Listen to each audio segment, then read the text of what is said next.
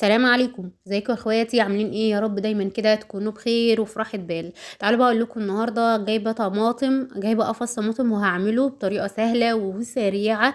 اهم حاجه سريعه طبعا. يوم الطماطم ده بيبقى يوم لبخه، وبصوا بياخد اليوم كله. ان شاء الله ان شاء الله الطريقه دي هتبقى سهله وبسيطه، وكمان هتديكم نتيجه احلى واحلى من اي طريقه بقى ان شاء الله. حلوه قوي، واللون بتاعها رهيب، قوامها احلى واحلى ما يمكن. مش عارفه بقول ايه. المهم يا بنات، تعالى اقول لكم على الطريقه دي بتاعت ماما، وحلوه قوي. انا كنت عامله لها فيديو قبل كده بطريقه تانية خالص، بس الطريقه دي بصراحه ماما قالت لي عليها وجربتها وعجبتني قوي. اول حاجه كده بجيب الطماطم وبغسلها.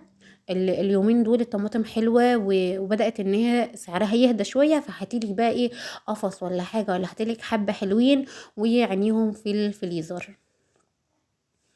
اول حاجه كده بجيب الطماطم وبغسلها من غير ما بعمل فيها اي حاجه، ولا بقعد اقطعها بقى ولا الكلام ده. انا بغسلها وبحطها في حله، وبحط الحله على النار، ومن غير اي ميه، من غير اي ميه. هي كده كده يعني ايه، بتنزل ميه كتير قوي، يعني بتنزل ميه رهيبه. الميه الصفرة بقى اللي نازله دي بوريها لكم، مش هنحتاجها خالص. ما تحطهاش في الخلاط، ما تستخدمهاش، لان المية دي بعد كده بتغير طعم وريحة الطماطم، بعد كده بتغير ريحتها ولونها كمان. فاحنا خلاص كده الجزء اللي هو مش كويس في الطماطم رميناه، استغنينا عنه. هنضرب بقى الطماطم في الخلاط. انا الخلاط بتاعي كان بايظ فاستخدمت الكبة بتاعتي. المهم بقى، لو انت احتجتي مية ضيفي مية من الحنفية عادي، انما المية اللي هي من الطماطم لا. لو عوزتي مية مثلا في الخلاط عشان الطماطم تجري وكده، ضيفي ميه من الحنفيه. كده خلاص. هجيب بقى بنجرايه، وكل ضربة طماطم هحط لها جزء. في ناس بتقولك البنجر لا، ممكن تضيفي بدل البنجر فلفل احمر. ممكن تسوي الفلفل الاحمر مع الطماطم وانتي بتسويها. حاجات كتير. بس بصراحة البنجر انا بحبه في الطماطم، لان بيديني لون حلو قوي قوي للطماطم بعد كده. و... ومش بيغير طعمها ولا اي حاجة، وكمان البنجر مفيد، يعني احنا عارفين ان البنجر مفيد. هبدأ بقى ان انا اضرب. كل ضربة زي ما انا قلت لكم كده، حطيت البنجرايه وبدأت ان انا اضرب. وبقول لكم بقى لحد هنا شفتوا القوام واللون، بجد رهيبة يا جماعة. جربوا الطريقة دي حلوة قوي، وكمان منجزة ومش هتاخد معاكم اي وقت. لحد هنا بقى بقول لكم لحد هنا وكده تمام، وممكن خلاص كده تفرزوها على الطريقة دي. طبعا احنا بنضربها في الخلاط بعد ما بتبرد خالص. ممكن تفرزوها بالطريقة دي، بس لو انتوا هتفرزوها من هنا، يعني من لحد هنا، ممكن بقى تحطي طماطم على الطماطم وهي بتستوي، معلقة ملح، ومش معلقة على حسب الكمية. شوية ملح وشوية سكر. حد فاهم مني حاجة؟ مش عارفة.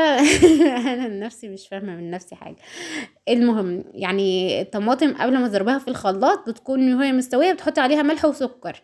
لو انتوا ايه هتخزنوها على كده. انما بقى المرحله التانية اللي انا عملتها دلوقتي دي، ان انا جبت زيت، وبعد ما سخن خالص حطيت بقى الطماطم اللي انا بضربها في الخلاط، وبحطها على الزيت عشان تكمل السوا بتاعها. المرحله دي بقى بتخلي الطماطم تزيد حلاوه وتزيد طعامه، ولونها بيحلو اكتر واكتر زي ما انتوا شايفين.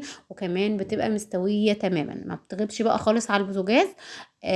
وكمان ما بتاخدش مكان في الفريزر، كده كده ايه بتستوي وبتقل، بيقل حجمها.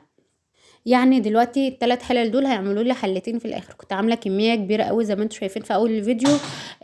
بعد كده يعني صفصفوا كده على ثلاث حلل، دلوقتي حلتين. يعني كل ما بتسويها كل ما بيقل حجمها، مش هتاخد وقت مكان بقى ايه في الفريزر وكده. الاولانيه دي كنت لسه حطاها، كان لونها لسه ما بداتش ان هو يحمر. التانية بقى دي يعني شوفوا بقى النتيجة بعد ما خلاص استوت، لونها فظيع يا جماعة، فظيع. بس بغطي علوها لما تحطوها على البوتاجاز، لانها بتبقبق وبتخيب البوتاجاز خالص. مجرد ما تحطوها كده على البوتاجاز وغطوا عليه، غطوا عليها علشان البوتاجاز ما يبص منكم. انا بقى هبدأ ان انا اعبيها، وطبعا على قد الطبخة بتاعتكم، على قد الكميات اللي انتوا حابينها وكده. شفتوا بقى قد ايه لونها وقوامها بجد مثالي. مفيش احسن من كده، يعني بجد مفيش احسن من كده. جربوها على الطريقه دي، سهله وبسيطه ومش بتاخد معاكم وقت. طب لو انت شايفه ان الطماطم بتاعتك فيها بذر، صفيها. صفيها بعد ما بتستوي بقى خالص.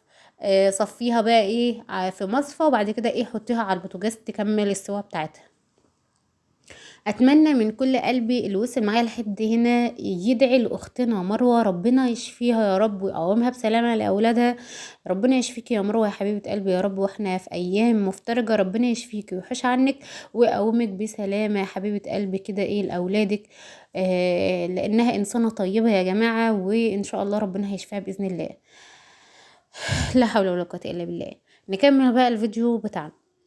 هنا خلاص بقى بقيت اعبها، وزي ما أنا قلت لكم على قد بقى الطبخات بتاعتكم. في ناس بقى بتعمل منها صلصه محشي وتعينها. هبقى اعمل لكم بقى سلسله تفريزات ان شاء الله، هو فعلا موجوده في قلب القناه على قوائم التشغيل في قلب القناه سلسله تفريزات كتير. يعني لو دخلتوا على سلسله التفريزات هتلاقوا حاجات كتير متفرزه لرمضان ان شاء الله. بقى كل سنه وانتم طيبين حبايب قلبي. هنا بقى خلاص وصلنا للنهايه. قد ايه طماطم حلوه ولونها حلو قوامها حلو، كل حاجه فيها حلوه جدا جدا. جربوا بقى الطريقه دي سهله وبسيطه، ولو معاكم كميه كبيره مش بتاخد معاكم اي وقت خالص. هنا بقى خلاص اتمنى ما تنسونيش باللايك وتعليق حلو كده زي يقولكم حبايب قلبي. مع الف سلامه ودمتم كده في رعايه الله. مع السلامه.